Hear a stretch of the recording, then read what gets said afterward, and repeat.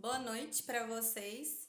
Bem-vindos à aula de saúde da mulher. Há quanto tempo, né, que a gente não tem aula? Dá que saudade, Deus me livre. Semana passada eu achei tão engraçado, vocês nem apareceram. Para falar nem boa noite para mim, professor, estou fazendo sua prova. Tá tudo certo. Sumiram, ninguém falou nada comigo. E eu fiquei todos os dias, gente, com o Meet ligado até o horário de finalizar a aula, viu? Fiquei o tempo todinho. Só eu mesmo, pra ficar igual besta, enquanto você estava, sei lá, fazendo o quê? Porque a maioria não enviou a prova no dia, não. Mas a gente dá um desconto. Pessoal, olha só.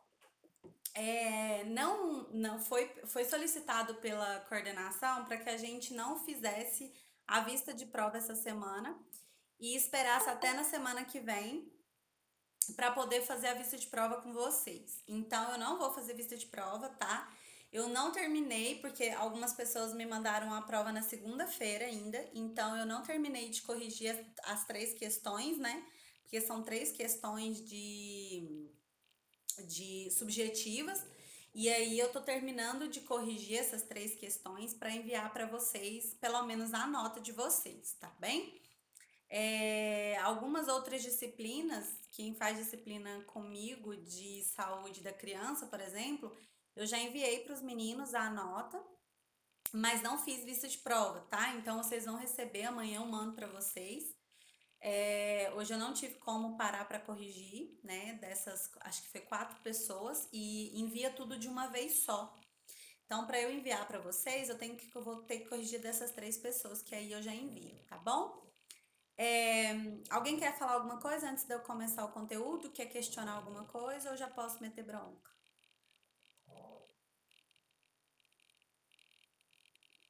Não?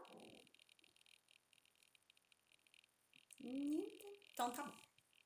Então vamos lá. O conteúdo de hoje é sobre câncer de mama. Eu não sei, eu mandei ele para vocês já tem um tempo, não foi hoje. Eu mandei junto com o câncer do colo do útero no mesmo dia. É um conteúdo em que vocês vão ter essa disciplina de novo. Tem algum de vocês está fazendo oncologia, enfermagem oncológica? Se tiver, Eu então você já viu isso, né? tô vendo. Tá, Começou agora também. porque o câncer de mama vai ser feito de novo, né? Porque a Adriele ela é plano de estudo. Mas na verdade vocês vão ver mais aprofundado sobre o tratamento, sobre os cuidados em si, certo? Eu vou falar superficialmente e outro dia, na próxima semana, não, daqui, sem ser semana que vem, na outra, se eu não me engano é o último conteúdo, eu vou falar da consulta ginecológica. E na consulta ginecológica eu também volto a falar porque a gente fala do exame clínico das mamas, tá? Mas na verdade isso aqui é mais superficial para vocês entenderem o quão é importante a triagem, né, preventiva para que a gente descubra o mais rápido possível. Então, o câncer de mama é uma neoplasia. No caso, é uma neoplasia maligna, no qual apresenta, né, uma lesão, um tumor presente nas mamas. Homens e mulheres podem ter câncer de mama, tá, gente? Porém, a incidência é quase 100% em mulheres, mas não é mentira quando alguém falar para vocês que existe câncer de mama em homens, tá? Então, vamos lá. O câncer de mama é um tumor maligno que se desenvolve na mama como consequência de alterações genéticas em algum conjunto de células da mama que possam a ser dividido ou pode se dividir descontroladamente. O que que é isso? Porque assim, imagina aqui comigo, qual é o maior problema do câncer de mama? Alguém aí sabe me dizer?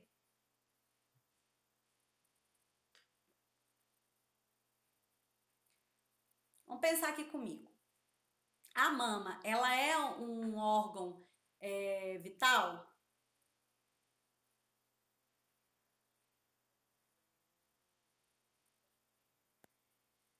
Não. Então, se ela não é um órgão vital, por que que ter câncer de mama é tão preocupante?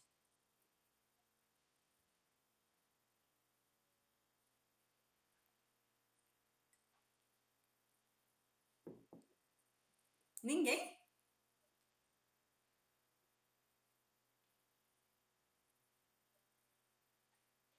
Ih, é delay? Vocês estão me ouvindo? Estão fingindo de bobo? Pessoal, se a mama ela não é um órgão vital, uma estrutura vital, que se o indivíduo não tiver, ele morre, por que que a gente tem uma doença que é tão falada e tão preocupante e que mata tanto? Pelo seguinte motivo: devido ao tumor ser na mama, a mama ela é extremamente vascularizada. Então, devido a essa vascularização e a proximidade dos vasos linfáticos, nós temos uma grande facilidade de disseminação desse câncer. Então, o câncer ele pode se originar na mama, mas esse tumor, essas células cancerígenas, elas podem se dividir ou se distribuir por várias partes do corpo. Então, ela passa pela corrente sanguínea, aquelas células cancerígenas pelas estruturas linfáticas e ela vai disseminar por todo o corpo. Então, o problema do câncer de mama, na verdade, é a metástase que isso pode provocar. Então, ocorre o crescimento anormal das células na região mamária, tanto no ducto mamário quanto nos ductos dos glóbulos mamários. Então, nós temos alguns tipos de câncer e estruturas dentro da mama que vão ser acometidas. Todo câncer de mama é igual? Não, não é. O câncer de mama, ele é genético, mas ele também pode ser hereditário. Qual que é a diferença? Você ter câncer está presente no gene, mas esse câncer no gene pode ser alteração ali no momento da formação dos gametas. Mas também pode ser algo que é transmitido hereditariamente, o que é extremamente comum. Alguns tipos de câncer de mama, eles são tão agressivos e tão presentes, independente do que a pessoa fizer de cuidados durante a vida, os fatores, né, externos, essa pessoa vai desenvolver. É mais raro, mas ele é o mais agressivo. E normalmente é assim: a mãe tem, a avó teve, a irmã tem, todo mundo que é do sexo feminino naquela família vai ter, beleza? Vou diminuir aqui porque não tá dando pra ver. Não sei se vocês estão com a aula aberta aí. Aí no terceiro slide está falando sobre a taxa bruta de mortalidade por câncer de mama da década de 1980 a 1997. Aí você fala assim: nossa, professora, que dado antigo. Esse dado nada mais é, só para vocês entenderem a quantidade de pessoas que são acometidas pelo câncer. Aqui na imagem, vou até mostrar para vocês. Olha, é esse gráfico aqui. Aqui na imagem, o que vocês podem perceber? Nós temos várias linhas de colorações diferentes, certo? Então, nós temos de 1980 a 1997. Aqui embaixo tem o nome dos cânceres, né? Câncer de estômago, câncer de cólon reto, pulmão, esôfago, mama feminina, né? As leucemias e o colo do útero. Como vocês podem perceber, o que tem maior incidência, só para ter uma noção, olha só. Quem? Olha o que tem maior. Câncer de mama, certo? Só que aí a gente vem pensando assim: nossa, foi evoluindo a saúde no Brasil, foi evoluindo a saúde no Brasil. Olha só o índice. Só o quê? Aumentando. Então, essa localizações primárias selecionadas, né, mostra o quê? Que isso aqui foi descoberto previamente, tá, gente? Não quer dizer que todas essas pessoas aqui morreram de câncer. Todas essas pessoas foram diagnosticadas previamente, primariamente, pela rede básica de saúde, certo? Então, o câncer de mama, como muita gente fala, né, que o exame da mama, o autoexame da mama, ele previne o câncer. Não, gente, ele não previne o câncer. Alguém sabe me dizer por que ele não previne o câncer? Como não tá vendo nada? Gente, vocês viram o gráfico? Ou vocês não viram? Só a Carla que não viu. Vimos. Ouvi. Ô, Carla, depois você dá uma vista aí. Eu mandei essa aula, tá, gata? Ela tá lá no Google Class. Tá. Então, o que que acontece? O que que eu estava falando? Ih, esqueci. Eu vou lembrar, eu vou lembrar. Ah, se o autoexame da mama, por que que ele não previne o câncer? Alguém sabe me dizer por que que ele não previne o câncer?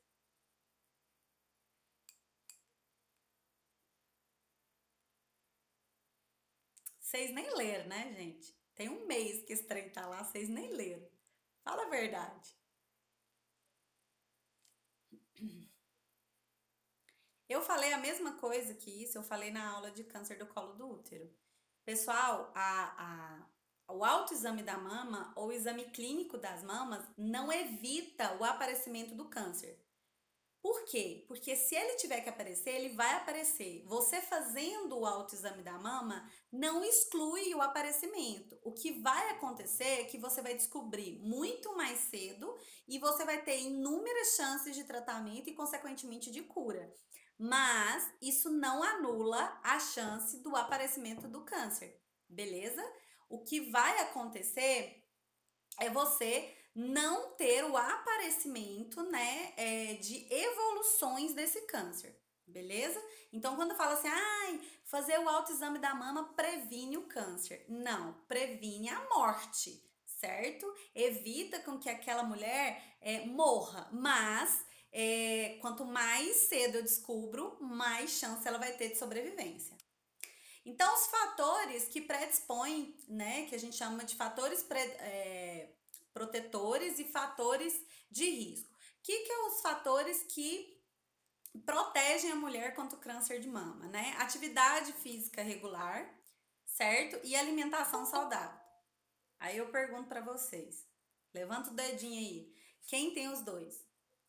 Principalmente na quarentena. Hábitos alimentares saudáveis e atividade física regular. Levanta os dedinhos, gente. Não tô vendo dedinho nenhum levantado. Tá lascado, hein?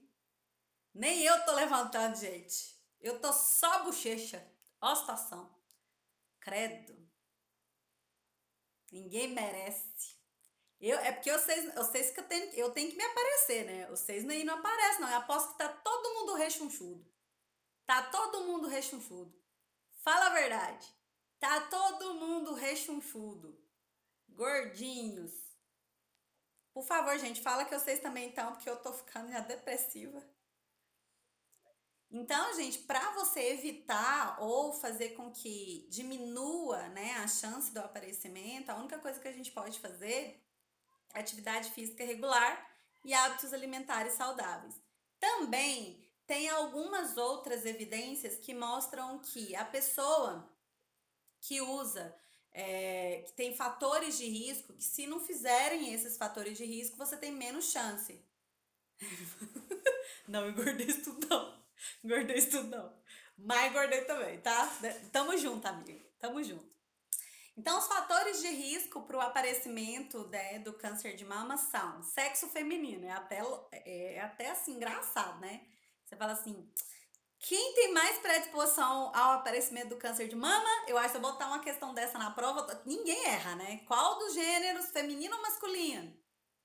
Se vocês falar masculino, eu mato vocês. Então, sexo feminino, menarca precoce. Menarca precoce é o aparecimento da menstruação, né? A menarca é a primeira menstruação antes dos 11 anos de idade, certo? Então, mulheres que têm menarca antes dos 11 anos de idade têm uma maior predisposição ao aparecimento do câncer de mama.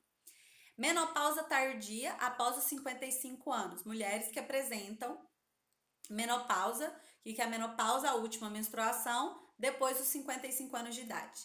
Nuliparidade. Alguém sabe me dizer o que é nuliparidade?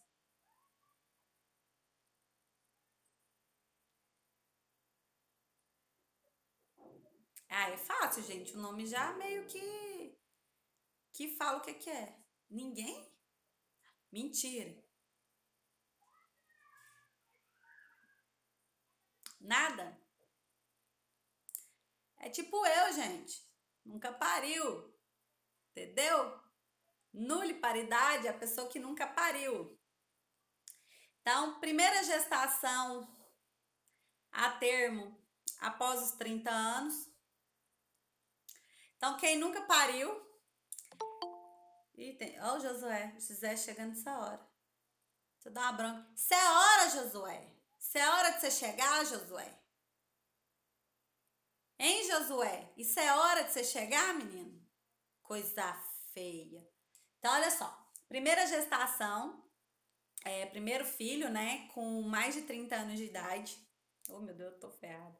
Mãe ou irmã com história de câncer de mama. Dieta rica em gordura animal. Dieta pobre em fibras. Obesidade, principalmente obesidade após a menopausa. E pessoas que tiveram exposição à radiação ionizante. Então, esses são os fatores de riscos mais comuns para o aparecimento do câncer de mama, tá? Algum desses que eu falei vocês não entenderam? Gente, pelo amor de Deus, agora eu sou uma pessoa que mora literalmente sozinha, sabe? A minha amiga morava aqui, ela foi embora. Então, por favor, gente, conversa comigo. Que coisa, tá me dando uma depressão. Olha só, estou perguntando, falei os fatores de risco para o aparecimento do câncer de mama. Então, a pessoas do sexo feminino, menarca precoce antes dos 11 anos de idade, menopausa tardia após os 55 anos, nuliparidade, que é a pessoa que nunca pariu, primeira gestação após os 30 anos de idade, a pessoa que tem mãe ou irmã com história de câncer de mama, dieta rica em gordura animal, dieta pobre em fibras, obesidade, principalmente após a menopausa, e pessoas que tiveram contato com radiação ionizante. Repetir para você, tá, Josué? Só porque a titia ama muito, tá bom? Então aí a gente repetiu. Se a outra pessoa pedir, eu não ia repetir. Mentira, eu ia sim, mas finge que eu não ia não. Beleza? Vamos pro mecanismo de formação do câncer. Então, o que acontece? A fase inicial, devido aos agentes iniciadores, o que provocaram o aparecimento da célula cancerígena, aí essa célula, ela promove, né? Eu tenho agentes promotores. Eu tenho aquele que normalmente faz a iniciação, que na grande maioria das vezes é fator genético, mas se você tem fator genético e tem hábitos de vida, todos aqueles fatores de riscos que eu falei para vocês, você tem os agentes promotores. Então, entendeu? Fase inicial, ela pode aparecer devido aos fatores genéticos.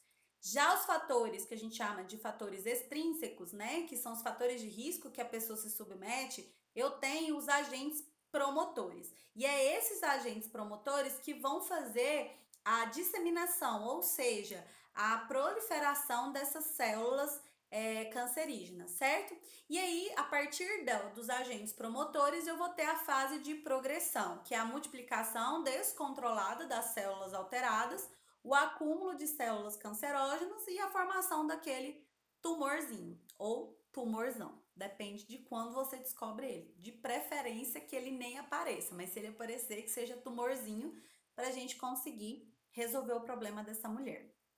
Ou desse homem, tá? Porque no caso pode homem também ter. Muito raro, mas acontece. Então, o câncer de mama, né? Ele pode, na grande maioria das vezes, né? Ser o iniciado na mama, tá, gente? Tipo, quase 100%. Alguns outros tipos de câncer em outras partes do corpo, a pessoa pode ter uma metástase e aparecimento do câncer de mama também. Mas a grande maioria das vezes ele se origina na mama, tá bom? De preferência por meio de uma membrana basal preservada, certo? Por isso que ele vira literalmente um tumorzinho, né? E não ramificado, ele vira um tumorzinho bem separadinho. Lá na estrutura da mama, né? Nós temos 3 locais que podem ter o aparecimento, tá? Então, aqui na anatomia da mama, que eu vou mostrar para vocês. como vocês podem perceber, não sei se vocês lembram disso, nós temos os ductos lactíferos, né? Que são esses ductozinhos aqui, ó, ductos lactíferos. Nós temos o ótido ducto lactífero, que é esse daqui, aonde ele vai se acumular, beleza? E através desse acúmulo aqui que o leite sai, certo? É nesses locais que tem a produção, que a gente chama de acinos, né? Ácinos, que é essa região onde é produzido. E aí nos ductos lactíferos é por onde ele passa até se armazenar aqui no ósteo, certo? E aí ele vai sair pelo ducto mamilar ali, que vai sair pela abertura do mamilo, beleza? Então, eu posso ter tumores em todas essas regiões, aqui, aqui e aqui, certo? Então, eu posso ter tumor aqui, nesses ductozinhos aqui, nos ácidos, posso ter aqui nos ductos lactíferos e posso ter aqui na região do ósteo, tá?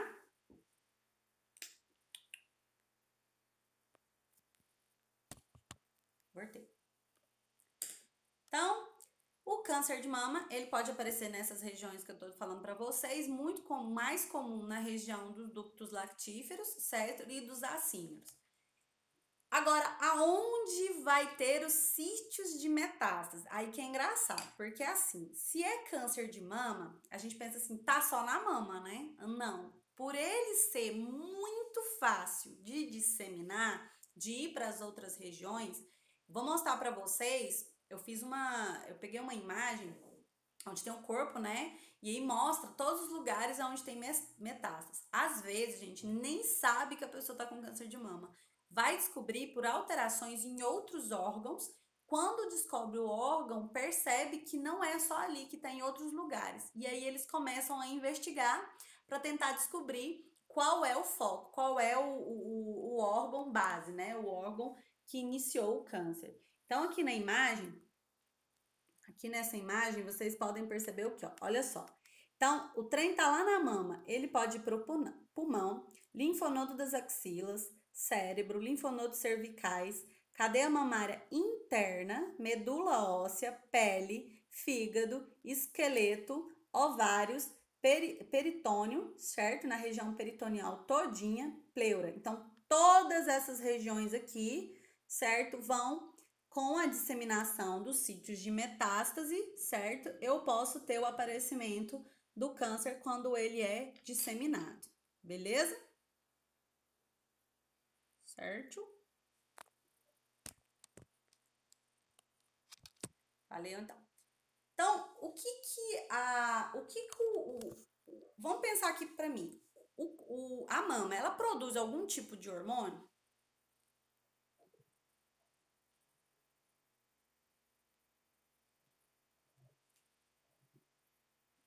Sim ou não?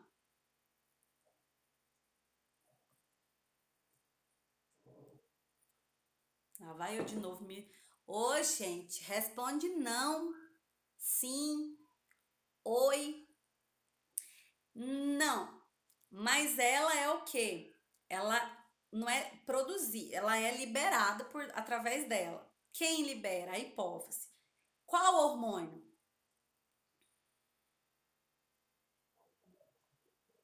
Chuta aí, já que tá chutando mesmo, chuta, vai lá. Alguém? Nada.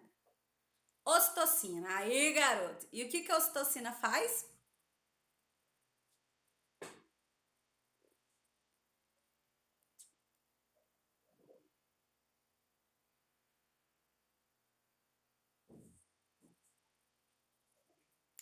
Ejeção do leite. Mas, uai, e o leite? Quem produz? Não. A ocitocina não é produtora, não. Qual que é o produtor?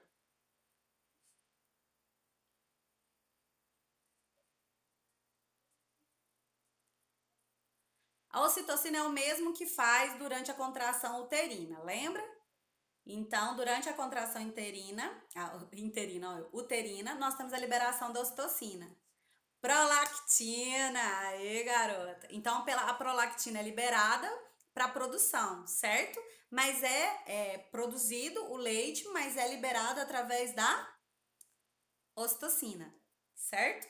E também através do estímulo da sucção do bebê. Então, a primeira é liberada pelo auxílio da ocitocina, mas daí por diante é pela própria sucção do bebê, estimulação através da sucção, tá certo?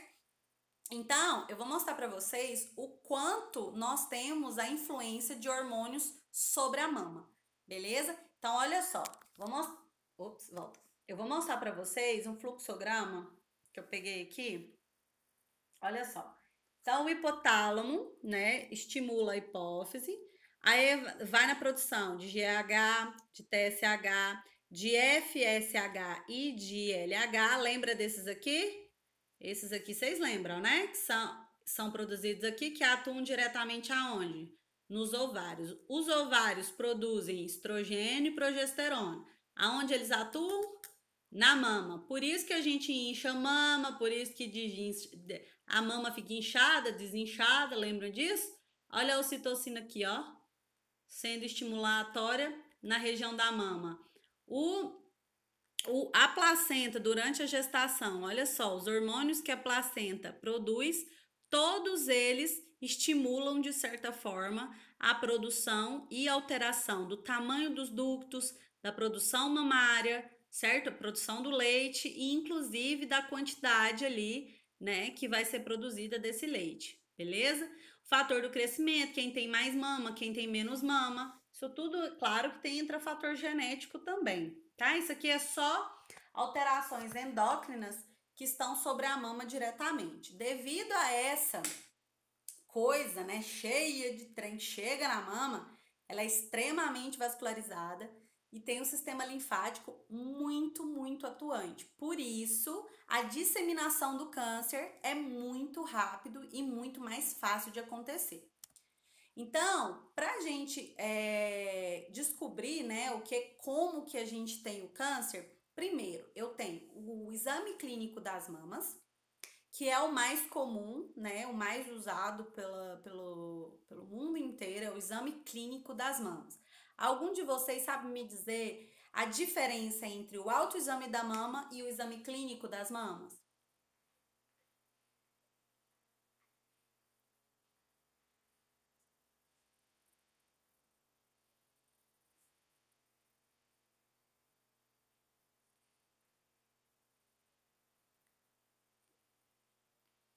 Ninguém. Não. Pensa aqui comigo, José. O nome auto vem de quem? Eu. Se eu parpar minha própria mama, autoexame das mamas, certo?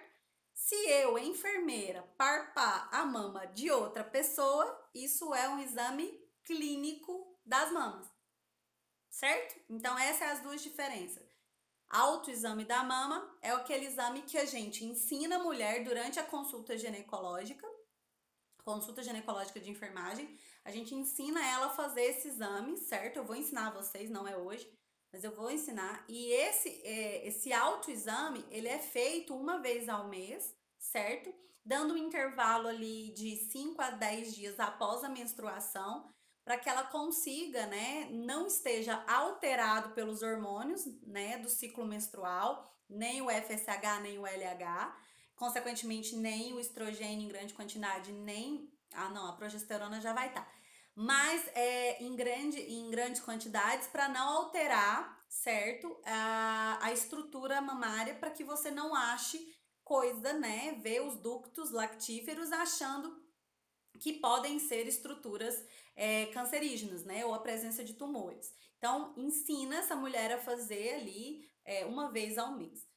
Quando essa mulher vai para consulta ginecológica de enfermagem, que normalmente é indicada quantas vezes, de quanto em quanto tempo? Então, por exemplo, se essa mulher tem menos de 20 anos, né, 25, de 20 a 25 anos, né, isso vai depender lá do câncer do colo do útero, lembra o comum é acima dos 25 anos, você faz o exame de 2 em 2 anos, certo?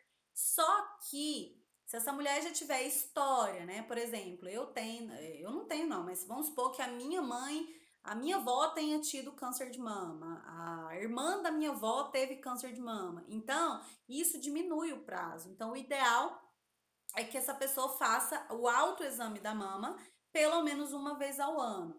Então, ou durante a coleta do Papa Nicolau, já aproveita e faz o exame clínico das mamas. O exame é igual, tá, gente? Só que a maneira como se faz é um pouco diferente, porque eu vou estar fazendo assim com a mão e a paciente vai estar em casa fazendo nela mesma, de preferência na frente do espelho, tá certo? Então, nós temos um exame que ele é estático e dinâmico, beleza? O que é isso? Isso é o exame que a gente avalia, né, a inspeção daquela mama enquanto a mulher está parada e durante alguns tipos de movimento, tá bom? Não vou entrar em detalhes hoje porque eu vou passar isso outro dia, tá certo? Gente, ia ser tão bom se tivesse oportunidade de dar aula presencial, porque a última vez que eu dei essa matéria, teve aluno que topou, né? Fizeram mesmo exame em mama real, né? Então foi bem legal. Claro que eu tirei todos os meninos da sala. Desculpa, meninos, mas não era legal assim deixar os rapazes na sala. Então foi muito bom porque todo mundo teve a oportunidade de sentir. E eu não sei se as meninas aí já tiveram a oportunidade de sentir uma mama de outra pessoa, porque sentir a mama da gente é uma coisa, a gente sente desde que ela começou a nascer, né? Então, a gente sabe quando tem alguma coisa errada na nossa própria mama, porque a gente está acostumado a palpá-la todos os dias. Só que quando você tem a consciência tátil, né, que eu falo, que é quando você vai fazer essa palpação em outra pessoa, você se depara com tipos de mamas ou densidades das mamas completamente diferentes. Então, para mim, todo mundo tinha mama igual a minha antes de eu fazer faculdade. Então, todo mundo tinha a mama do mesmo tipo da minha. Que pega que você fala assim, ah, tá, isso aqui, beleza. Quando eu tive a oportunidade de fazer o exame clínico das mamas, gente, eu fiquei assustada. Eu fui pro médico, eu fui no ginecologista, eu fiquei apavorada, porque eu achei que eu tinha um monte de tumores. Porque a minha mama ela tem uma característica específica chamada mama densa. Eu não sei se algum de vocês já ouviram falar, que é uma mama que os acíferos, né, que é a parte aonde tem os, a, a produção do leite, o meu é maior, então é como se eu tivesse um monte de caroço na mama toda, certo? E aí ela fica dura, e isso chama mama densa. Isso assusta as pessoas porque a gente não sabe. Só que eu não tinha percebido nenhum problema, até porque para mim era normal. Na verdade é normal, só que quando eu palpei a mama de outra pessoa, que é um pouco mais flácida, mais molinha, eu assustei. Falei, uai, mas que trem mole! E eu achei aquilo extremamente diferente. Por isso que é interessante, quanto mais diversidade de mamas a gente tiver, mais como é que fala? Sensibilidade tátil a gente tem para poder identificar algum tipo de alteração. Então, o exame clínico ele é muito importante. Eu falo que ele é o mais importante porque é através dele que a gente passa para os outros tipos de exames que a gente executa. Então, nós temos a mamografia, que é utilizada, que é um exame por imagem, no qual eu vou tirar a estrutura de uma imagem da mama interna, né, por radiação. Então, eu faço aquela prensagem para que eu tenha a estrutura toda. Porque se eu tirar assim, eu vou tirar do pulmão, eu vou tirar das estruturas internas. Então, não me serve. Eu tenho que literalmente fazer uma chapa, né? Uma visibilidade da estrutura da mama só. Então, literalmente, gente, é essa aqui, ó. A mama, o aparelho. E aí o aparelho pega a mama e dá uma leve prensada, segura, para conseguir fazer a imagem exatamente daquele trecho, certo? Não é indicado para mulheres, né, que muito jovens ou que não tenham quase nenhuma mama, porque não vai dar para pegar. No meu caso, por exemplo, que tenho mama densa, tem alguém aí que tem mama densa também, gente? Se alguém tiver, pode levantar a mão aí que eu queria saber. Não dá para fazer mamografia. Não tem como, porque eu não consigo suportar a dor. devido a essa condensação, a mama mais dura, não dá para dar prensada. Então eu imagino que se eu tiver alguma coisa errada algum dia, não vai dar para fazer por mamografia. Qual outro exame que eu posso fazer? Eu posso fazer uma ultrassom. Eu faço um ultrassom da mama. Só que só faz ultrassom, na grande maioria, os médicos pedem ultrassom para fazer conjuntamente a uma punção do cisto. Então eu faço o quê? Eu tenho um tumor, tenho uma suspeita de um tumor ali, não sabe se é cancerígeno ou não, eu vou fazer a punção desse tumor para poder fazer uma biópsia. Então ele faz o que? Ele utiliza o ultrassom para conseguir visualizar, né, onde está esse tumor para conseguir fazer a punção. Se o tumor for muito pequenininho, a mamografia consegue visualizar, já o ultrassom não consegue, beleza? Então eu retiro essa amostra, né, através de uma punção, e aí eu vou analisar se é um tumor benigno ou se é um tumor maligno. Se for um nódulo, né, que a gente chama de nódulo benigno, a gente tem um fibroadenoma, certo? Ele é comum, principalmente em mulheres que têm mama densa. Extremamente comum o aparecimento desse fibroadenoma, tá? Eu posso afirmar que a pessoa que tem fibroadenoma não vai servir tornar um câncer? Aquele não, mas ele tem que ser retirado, tá? Porque ele pode ajudar ao redor dele o aparecimento e a proliferação de células cancerígenas, o que vai apresentar ou favorecer o aparecimento do câncer, tá?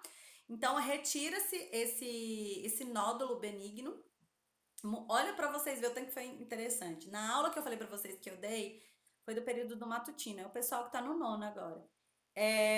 Uma aluna que foi a que deixou a gente fazer a aula nela, foi duas alunas que deixaram a gente, uma que tinha uma mama bem pequena e outra que tinha uma mama maior, para ver a diferença que dá para fazer o exame clínico das mamas em diferentes tamanhos.